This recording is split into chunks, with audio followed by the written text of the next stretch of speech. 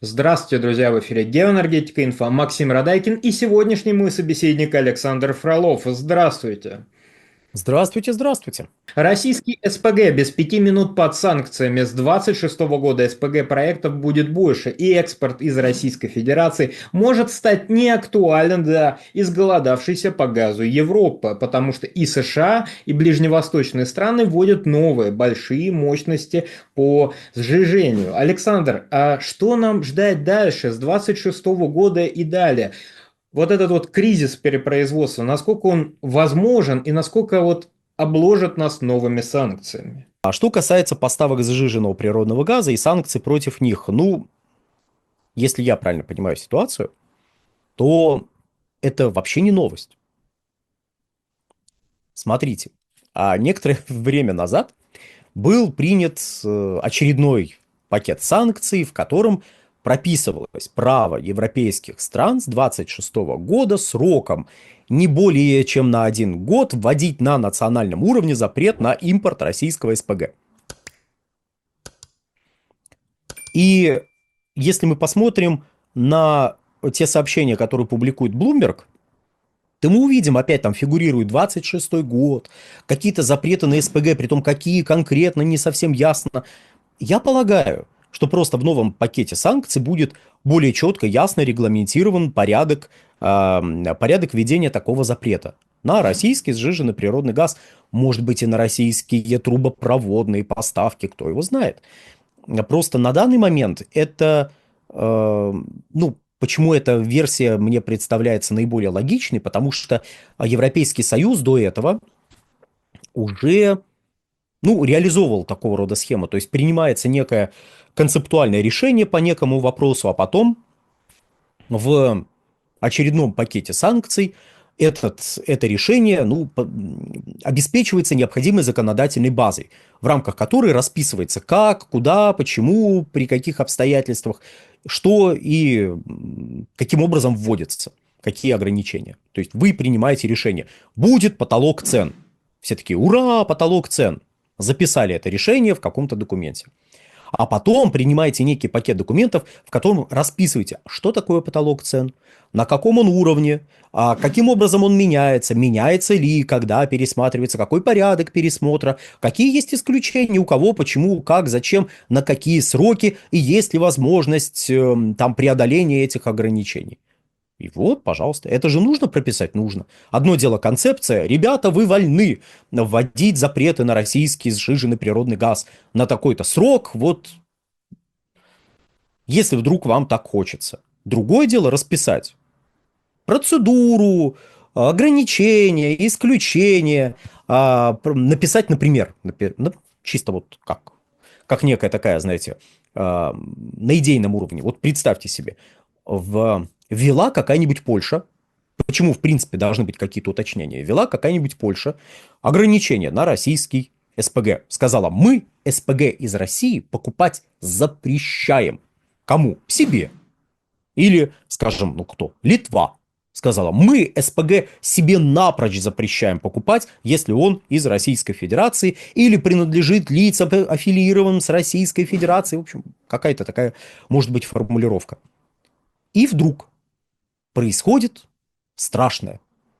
Какие-то поставки сжиженного природного газа или газа вообще оказываются недоступными. Ну, по какой-то причине. И возникает энергетический голод в Европейском Союзе. Вообще, и вот в этих странах, гордо отказавшихся от российского СПГ, в частности. И остается единственная возможность купить российские СПГ. Вам нужно будет тогда, ну, если, по идее, вам нужно будет тогда на уровне Польши собираться, вводить какие-то меры, обсуждать какие-то меры, которые позволили бы вам преодолеть этот запрет, принятый ранее. Время идет, энергетический голод усиливается, проблема не решается, а вы сидите, и вы не можете эту проблему решить, потому что у вас есть определенный регламент обсуждения и принятия решений. Это не потому, что вы плохие, это вообще из иной категории вопрос. Просто законодательный орган или ответственный орган за исполнение вот этого решения у него, будет обладать определенным регламентом, который, ну, чисто по времени не позволит быстро среагировать на резко изменяющуюся ситуацию. Поэтому на уровне Европейского Союза принимаются какие-нибудь нормы, в которых прописывается напрочь, разрешаем не просто отказываться от российского газа на национальном уровне, а разрешаем это делать, и дальше расписываются регламенты. Расписывается, и идет какой-нибудь пункт в стиле: в случае, если цены на газ поднимаются на таких-то биржах выше такого-то уровня, либо там страна недополучает газ в таких-то объемах на такой-то срок, ну или там объемы поставок газа в страну оказываются на таком-то уровне от необходимого, можно без любых обсуждений, без любых ограничений, без любых там принятия решений на национальном уровне, плевать на национальные вот эти ограничения и закупать российский газ. Что касается кризиса перепроизводства, почему, собственно говоря, 26 год? Здесь две причины, здесь, собственно, две причины. 26 год – это, как неудивительно, это год перед 27 годом, а 27 год в рамках принятых деклараций в Европейском Союзе является годом, когда когда Евросоюз должен полностью отказаться от российского ископаемого топлива вообще и от газа в частности. То есть, если вы в 26 году вводите этот запрет сроком не более чем на 1 год, то вы посмотрели, как это сказалось на вашем рынке. Если сказалось нормально, запрет можно будет продлить. Допустим, кстати, в новых нормах можно будет, например, прописать, что если вдруг что, запрет автоматически продляется на 27 год.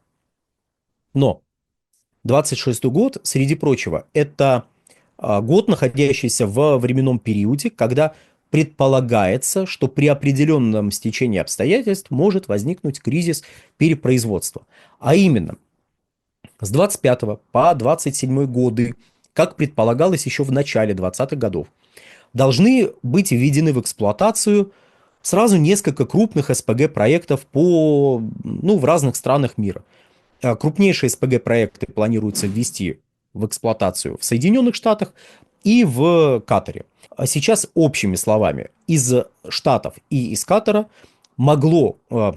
мощности проектов, которые должны быть введены в США и в Катаре в ближайшие 3 года, 25, 26, 27, должны были составить порядка 150 миллиардов кубов. То есть их мощность огромнейшая. 150 миллиардов кубических метров – это величина, это больше, чем Катар сейчас добывает и экспортирует. Понятно, что это сразу из 2 стран, не только из Катара, но это просто как порядок величин, чтобы вы понимали.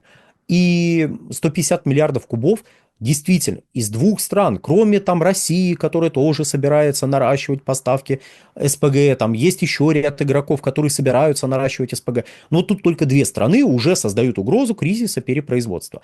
Да, разумеется, у Катара там это долгосрочные контракты, это более разумная система регулирования, но объемы, которые могут прийти из Штатов, действительно угрожают рынку. Угрожают точно так же, как они угрожали ему в 2019 году, когда объем предложения СПГ вырос примерно на 55 миллиардов кубических метров за 1 год. Основную часть этого объема как раз-таки обеспечили производство в Соединенных Штатах. И тогда цены на газ стали падать. Не цены вообще, а биржевые котировки. И цены, которые связаны с биржевыми котировками. Это разные категории, сейчас поясню. Одно дело, когда вы газ непосредственно через биржу продаете, другое дело, если вы продаете его по долгосрочному контракту, но с биржевой привязкой в формуле цены. То есть пишите формулу цены, по которой цена меняется там каждый квартал, и в качестве индикаторов прописываете там биржевые котировки различные. То есть у вас как бы не через биржу газ торгуется, но его цена связана с биржевыми котировками. Поэтому такая оговорка. И эти биржевые котировки падали в течение, особенно второй половины 2019 года, где-то с 200-250 долларов до 150 зимой, в начале зимы 19-20 годов, и потом до 100 долларов к концу зимы. В первую очередь это характерно для рынка Европейского Союза, но в общем и целом било по всем, кто связан с биржевым ценообразованием. И здесь получается, что за 3 года, конечно, не такой объем, ну, потому что там все-таки, знаете, как-то разбито по годам, но избыток предложения может возникнуть, тем более Штаты здесь не одни, есть дополнительные предложения со стороны других игроков, и вот все вместе это создает угрозу рынку. Однако, так как, ну, не только мы на этом канале, в общем, заметили, что, погодите, вот такие-то объемы вводятся, такие-то, такой-то объем потребления сейчас, и вырасти он может вот настолько-то. Угу. Перепроизводство может случиться. Не только в рамках каких-то аналитических там статей этот факт замечали, но и бизнес в Штатах тоже это заметил. Европейский бизнес это заметил, европейские руководители это заметили. И то есть, с одной стороны, есть угроза вот этого перепроизводства, которая как раз-таки благоприятно скажется на доступности газа для европейских потребителей. И можно будет от этих 20-25 миллиардов кубов СПГ в регазифицированном виде, которые импортируются из России, отказаться и получить этот объем откуда-то еще. Притом по дешевке, ну потому что цены падают, все, вы начнете восстанавливать потребление, и российский газ уже не нужен. Красота, да замечательно. То есть сама по себе Европа, в принципе, может стать таким, знаете, аккумулятором для вот этих объемов. Но вряд ли, потому что мы здесь упираемся уже в вопросы скорости восстановления потребления со стороны промышленности, скорости восстановления со стороны населения. Это структуры с большой инерцией. То есть если упало потребление, оно будет долго-долго-долго выкарабкиваться. Но предположим, знаете, как умозрительная конструкция, что вот Европа возьмет весь этот газ, и кризис будет, ну, такой легенький-легенький, который позволит и от российского газа отказаться, и низкие цены получить, и вообще замечательно все будет. Это благоприятный для Европы сценарий развития. Ну, это благоприятный сценарий развития событий для Европы. А вот для бизнеса, который связан с производством и поставками газа, это вообще неблагоприятный сценарий. И ряд проектов просто стали сдвигать по времени из серии, ой, погодите, 25-27 годы. Что-то мы тут толпимся все. А давайте мы попозже этот проект введем в эксплуатацию, а давайте вот сдвинем сроки, а давайте вот как-нибудь не сейчас, а завтра. Иначе, если мы сегодня введем в эксплуатацию этот проект, мы будем деньги терять. Так мы денежку тоже, может, потеряем, ну, потому что уже какие-то инвестиции есть, уже сроки определены, но мы потеряем меньше, чем если будем производить и куда-то там поставлять. Я несколько упрощаю и утрирую, но как бы у нас ролик короткий, поэтому так. И здесь получается, что если Европа планирует отказаться к 2027 году от российского газа, то она рассчитывает на кризис перепроизводства и связанные с ним бонусы для себя. Но бизнес тоже видит эту вот, как видит перспективу кризиса перепроизводства и воспринимает его как угрозу, с которой надо бы что-то сделать. Например, не сейчас начинать предлагать какие-то объемы, а чуть позже. Вот потом. Сейчас не надо, потом. Вот.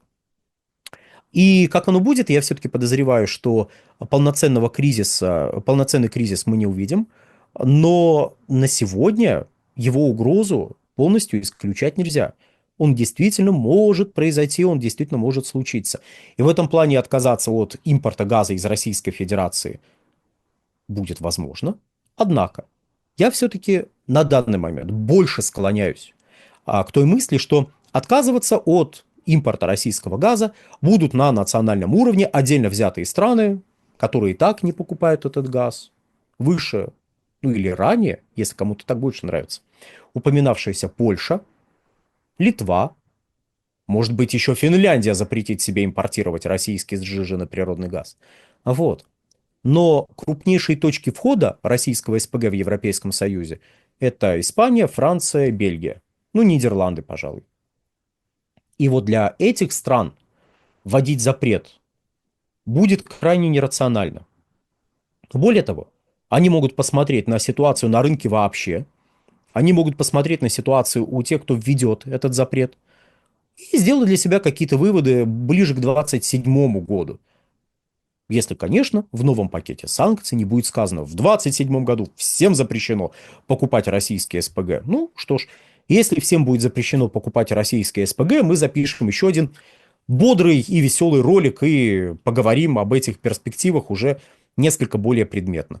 На сегодня, дорогие друзья, все. Всего хорошего. Александр, большое спасибо за комментарий. Друзья, подписываемся на Александра Фролова, подписываемся на Геоэнергетика Инфо в Телеграм. Ссылки будут в описании к данному ролику и закрепленном комментарии. Там же будут реквизиты для желающих финансово поддержать наш проект, чтобы мы и дальше также бодро вещали на всех площадках без монетизации. Спасибо, до новых встреч. Да, всего хорошего, но и подпишитесь на мой телеграм-канал «Нефтегазовая игра», а также на телеграм-канал «Инфотек».